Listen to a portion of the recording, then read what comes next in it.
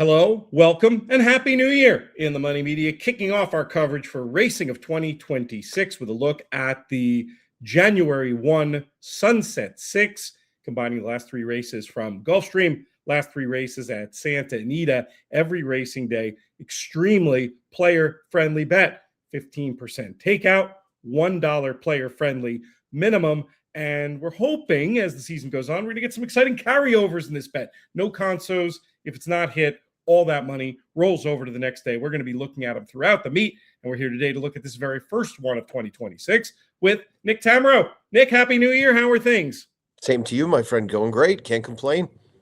Excellent. Santa Anita meet off to a solid start. I suppose there's some chance. Oh, no, there will not be a Sunset 6 today because Gulfstream aren't running today. So there will not be a carryover in this one, but that is something we're going to be keeping tabs on, keeping an eye on as we go forward. If you follow In the Money Media on social media, we'll send out updates about that. And then anytime there is a carryover, we're going to do a special email newsletter trumpeting that fact, maybe with some extra written analysis from you or from me. If you want to make sure you're up to date on all of that stuff, sign up for our free email, which you can find in themoneypodcast.com/email. This bet kicks off with stakes action. We've got the cash run stakes going as race number 8 on Thursday, 3:48, the scheduled post time for this event for these 3-year-old fillies going, what are we going? We're going 1 mile, 1 turn mile on the dirt here at Gulfstream. Nick, how do you want to light this candle? Yeah, I think the first decision you have to make is really how you feel about the 7 Sican, I think is how it was pronounced by both Pete and Chris Griffin, daughter of Audible, who was a really impressive debut winner. And Saffie Joseph Jr. kind of threw her into relatively deep waters. There aren't really two lifes or one other thens for late season 2-year-olds. So he sent her up to New York for the Tempted. And they were just beaten to the punch that day by eventual winner Schilling, who wired the field under Christopher Elliott. And I think it just puts Sican in a bit more difficult spot. I generally like these Saffie horses coming back home. So she feels like one that's a relatively likely winner. She kind of, it's hard to talk about class at this stage, right, Pete? But she does feel like the one with kind of the most class to her, if you will, given the strength of that debut and the fact that she should improve a little bit in here. I would use her. I think the one Vita Mia is a little bit interesting as well from the rail. Didn't really have much chance last out in the Goldenrod. Got into some early trouble. Looks like one that could improve with a little bit of class drop. This is undoubtedly a much weaker field than what she faced that day. So 1-7 for me. Don't really fear anybody else in here. I'd love to know if there was anybody else that struck your fancy. I did have one other idea. I certainly get Sican, candidate to be the best speed. Very tough one to fade. I know. I think it would be foolish to fade a bet like the Sunset 6. I did want to note, though, regarding Sican, that I did think she was aided in that big run by on a day that Timeform had its speed favoring, and that there is other possible speed in here. That led me to think that maybe the 5-runner Nikon deserved a look. I thought that was a likable maiden win last time, going the same 1-turn mile. And I just thought could get the right setup if they hit up front. So I was going to mess around 5 and 7, but I think you make a rock solid case on Vita Mia as well as one that might be ready to step up as I deal with the New Year's Eve frog in my throat here before we pivot to the second race of the sequence, which is race number 9. We're going 1 1/8 miles on the synthetic for this 100,000 in the pot for these 3-year-old fillies. And this was a race where I wanted to spread out a bit more. The 6-runner for flying looked to me to not quite be able to see out the 10 furlongs last time at grade 3 level, but I thought her blend of speed and stamina would play well in this spot. The 2-runner Dancing in Dixie was another I wanted. A couple of really good races in a row on synthetic, and might be the best closer if things set up that way. And another I wanted to mention was the 3 Charlie's Wish. Ran poorly in the last synthetic start, but has some back races good enough. And this is one where I just like the versatility in terms of running style, meaning I feel like she can probably get a good trip under a variety of circumstances. So I had it 6, 2, and 3, very open to other ideas. Where did you land? So I like the 8 Fantasy Performer, and I do like for flying as well.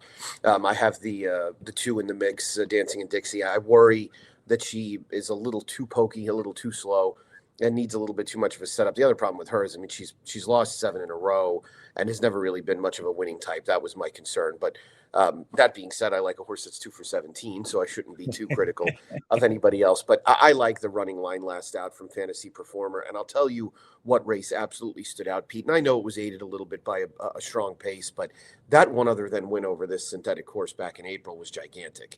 And it came when she was in the care of Cam Gambilotti. She ended up spending the summer up north with Phil Serpy and Lisa Barkowski. Lisa Barkowski, of course, is Phil Serpy's assistant who's deputizing while he handles his situation with the suspension. But that race was huge. And that was a Timeform US figure, a buyer figure that really puts her well in range to make noise in here. And you want to talk about no setup. Last time out, I mean, they crawled in front of her. And that was a race that Silver Moonlight didn't wire, but was always in control of, sitting right off the pace and then taking control coming off the turn. It was during a Rainbow Six Force out just 10 days ago. And so Cam Gambilotti's bringing her back quickly. You almost wonder if this was by design. This is a race that was in the book, and maybe he wanted to get a run into her coming back off the roughly 7-8 week layoff to turn around and bring her back quickly. So David Egan's ridden really well since he's come back to winter at Gulfstream. And I'm hoping he gets her a little bit more engaged. She did sit off that hot pace when she was victorious back in April, but if she's within range, I think she's really, really dangerous. So I'm going to use the 6 and 8 primarily, the 2 mainly as a backup, and just try and get through. Yeah, I mentioned the 2 is a possible best closer, but you're right. The 8 is a possible best closer at what should be a bigger price. And it wasn't just that last time with no setup. You go back through these PPs, you see a lot of closing into blue fractions. And as you point out, a lot of blue. Yeah, a lot of blue. And then that terrific race when the pace hotted up in front of her. So if you can get her on side, maybe make sure you have a good candidate for best speed like the 6.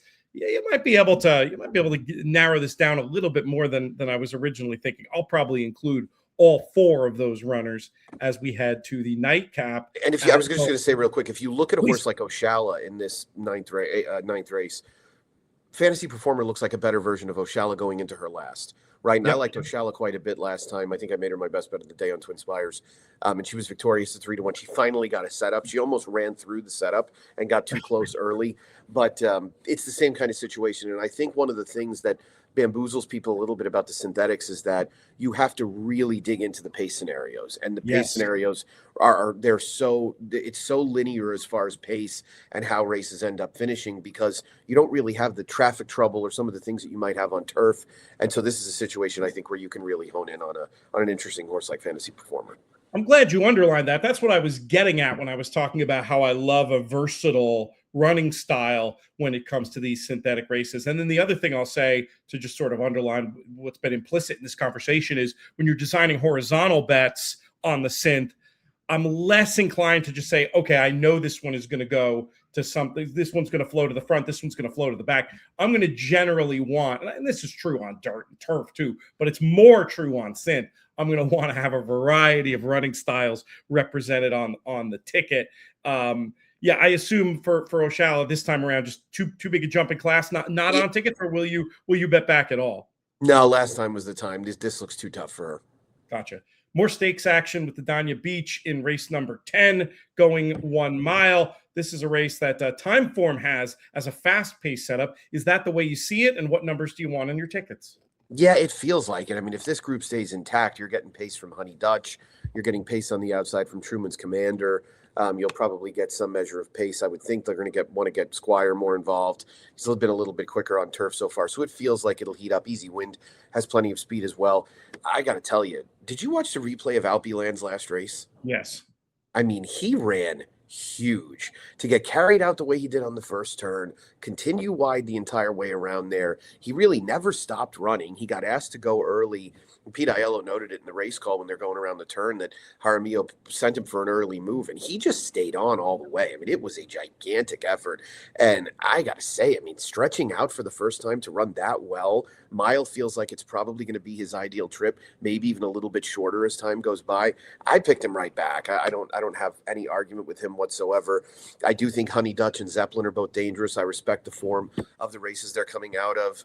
Zeppelin showed a lot of courage for a first out runner at Churchill, coming up the inside and grinding out a win in a field that included Thailand, who came back and broke his maiden next time out for Wesley Ward on the synthetic surface at Turfway. But that's an LNJ Foxwoods homebred that, might have a lot of upside. And Honey Dutch has faced some solid horses. Did get beaten by a filly 2 starts back. I don't really know how much I want to hold that against him, but he came back and ran ran very well in a fast-paced race in the Central Park. So I would use all three, but I think I'm going to punch a couple with a couple extra times around with Alpiland. I get Alpiland for sure. My question was, I did think this was a tougher race and, just scraped home there, though it was impressive and I wanted to keep on side and had it in the mix. I put Glorious Boy on top, just as a horse I thought was in terrific form and I thought might be able to get the best trip if this sets up for a mid-pack closer, which it might.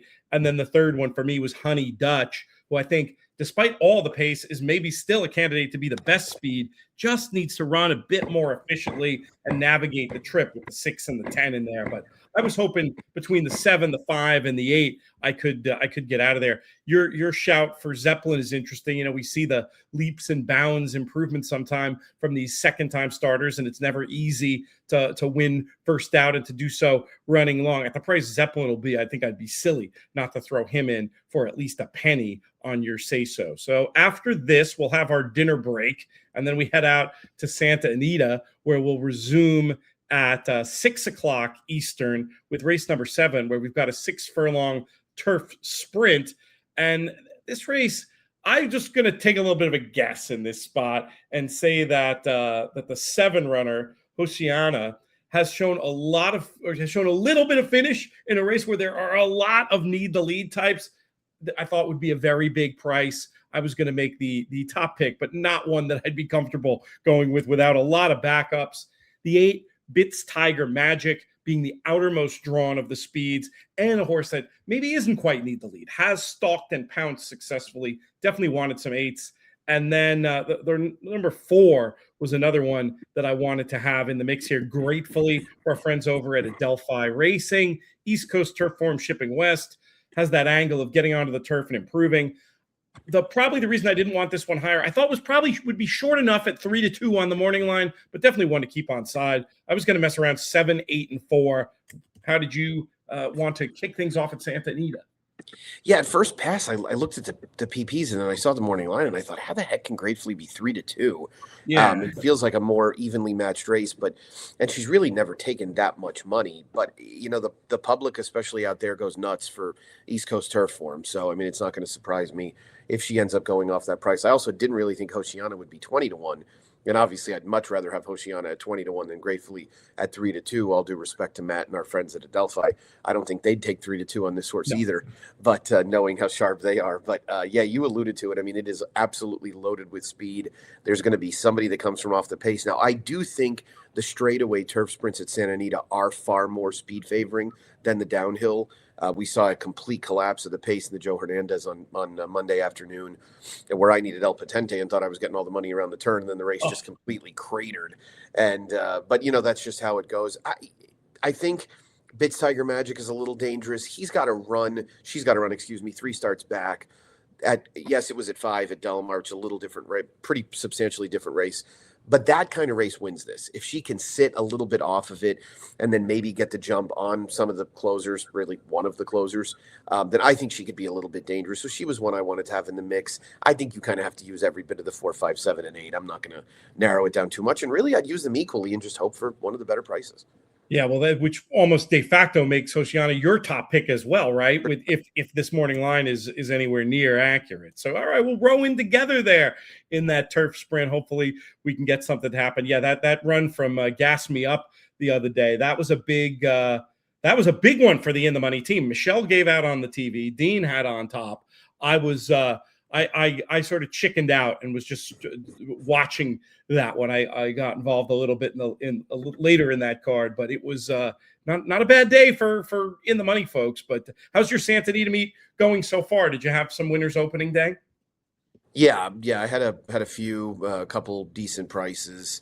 I think Cabo Spirit was the one that I had on top, Yes, hiding in Honduras as well, for our mutual friend Jonathan Thomas, who I texted Sunday morning and said, I think you're going to win a stake race today, and ended up that he won 2. And he is somebody who is in my very good graces right now, planning on sending a horse to Sam Houston for the John Connolly Turf Cup. So very, very, very pleased. And glad to see him go 1-3 in the American Oaks. And I liked Goal Oriented early on. I wish, of course, the field had stayed intact. Yes. I still think Goal Oriented would have won, and we would have gotten about twice the price. Oh, no doubt. And I think I said that I was covering it on Sky and said the same thing. It's like this is a shame because I think if Barnes and Cornucopian were in with the visual. Now I haven't seen. Have you seen what the figure came back? Because I was 109. okay. I thought it looked really fast, but Yeah. I hadn't done any actual time analysis. Yeah, he would have won anyway. And yeah, if twice the price if Cornucopian had stayed in, and maybe 3x if Barnes had also stayed in, and I had on top of the initial. Well, I don't know why I'm red boarding a horse that from a few days ago, but that was a nice one, and I'm glad you were able to cash as well. Let's continue on here to some bread and butter stuff. Some $10,000 claiming fillies going as race number 8 at Santa on this New Year's Day. Nick, we'll keep it with you for your thoughts on this 6 furlong dirt race. Well, Pete, as reticent as I'd normally be to take a horse coming out of 1,000-yard races at Los Al, who's keeping up with Dial a Friend early, right? I mean, she's been sitting off the pace going 1,000 yards. That usually means you're in front going 6 furlongs or 5.5. In this case, 6. So Hector Berrios sees fit to ride. Not something you see terribly often in a lot of these lower level claimers. And I thought she was loose. I thought she'd be very, very tough in here if able to control the pace. The problem with a lot of the main rivals is that they're coming out of, for the most part, they're coming out of conditioned claiming races. And that's generally not class-wise where you want to be going into an open. So that was why I sort of favored her and felt like she would probably wire this field. So as far as alternatives go, I thought I could make a decent case. I wish the barn had started a little bit better, but I thought I could make a case for Elegant Sway on the outside, who's getting some class relief, probably belongs more so at the 10K level, and she's at least a complementary running style to the horse that I like. So that's the 8 runner, 3 and 8 for you. I was with you on Dial a Friend, best speed, consistent hard trier. The other one I was interested in was the 4 Empress of Grace, maybe. And the angle here is from the Sean Borman playbook. Not that I was looking at his numbers, but using some of his ideas with the time form stuff. Horse that showed more speed last time than previously and still managed to finish. These types can often improve again. So I was going to mess around 3-4. Certainly don't have any issue with your idea of including the 8 Elegant Sway, 8-1 on the morning line. Probably press on with those 3 as hopefully we go to this nightcap with a chance to cash out in this Sunset 6. We go back to the 6 furlong turf sprint here for this state bred optional claiming 20 first level allowance. When it comes to this Sunset 6 on the first day of 2026, Nick, how are we going to get paid? As much as I wanted to try anybody else, I thought Jetivator would be really tough in here. Just looks to be in very sharp form at the moment. Went to the Calbred ranks last out, won, comes right back in for the tag again. So he's in the same condition. Looks like a horse that really towers over the competition based on those last few speed figures. And the fact that he was running as well as he was against Open Company and has translated it now to some of the Calbred events, I just felt like he was probably going to win. I think from a pace perspective, he fits very well. He's got enough speed to stay close. In many cases, he might end up even finding himself on the lead. So the race that I thought I couldn't really, I didn't want to fall for anybody out of it is that Checks on the Way, Clever Clover race from November 7th to Del Mar, where I do think Checks on the Way ran fine, but I just think it was a lesser type of race. It didn't have a Jetivator in it, right? And if you have a Jetivator, the horse of that caliber, I think he'll be better than these horses. And so I was just going to keep it simple. I kind of chalked out the last 2 legs, and then I'm going to end up probably singling Jetivator here. Yeah, we chalked out together. Jetivator just makes all the sense in the world with the 6 local wins, the good form, the potential real class edge. The other one I wanted was Grazed, only a neck from Jetivator last time, and I thought maybe the ugly running line in the last out on dirt maybe means we get a little bit better of a price. But yeah, if you made me single, it'd be Jetivator. Don't hate the idea of a backup line on number 11 Grazed, but sounds like we're going to win or lose together in this one. But I'll say this also, when we've had agreement on these shows in the past, we've also done some damage. So let's hope that's the case. Any closing thoughts for you on this New Year's Day racing show? No, new beginnings, of course, with the new year. And this is a great new wager that is really now in its second iteration after being offered in the fall. So low takeout, low, I think retail only. Yep, retail only. I should have hit that note. Yep. Huge boost.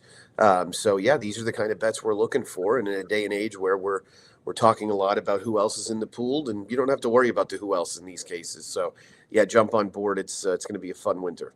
Similar player-friendly terms in the coast to coast. You'll find those races listed for every day that Gulfstream and Santa are running. And then the other one I always emphasize, the other ones we always like to emphasize, that late double and late pick 3 at Santa Anita, especially if you head in. If you're 3 for 3 from Gulfstream and you're heading in with some equity, those bets give you a chance to maybe include some horses you were on the fence about, or go the other way. Hammer the ones you really like and try to maximize the score. Great stuff, Nick. Always appreciate having you on. We will be back with more racing coverage this weekend from Santa Anita. Very soon, we're going to be back doing stuff around the country as well. But just want to wish everybody out there a happy new year and say, of course, the blessing to start the year. May you win all your photos.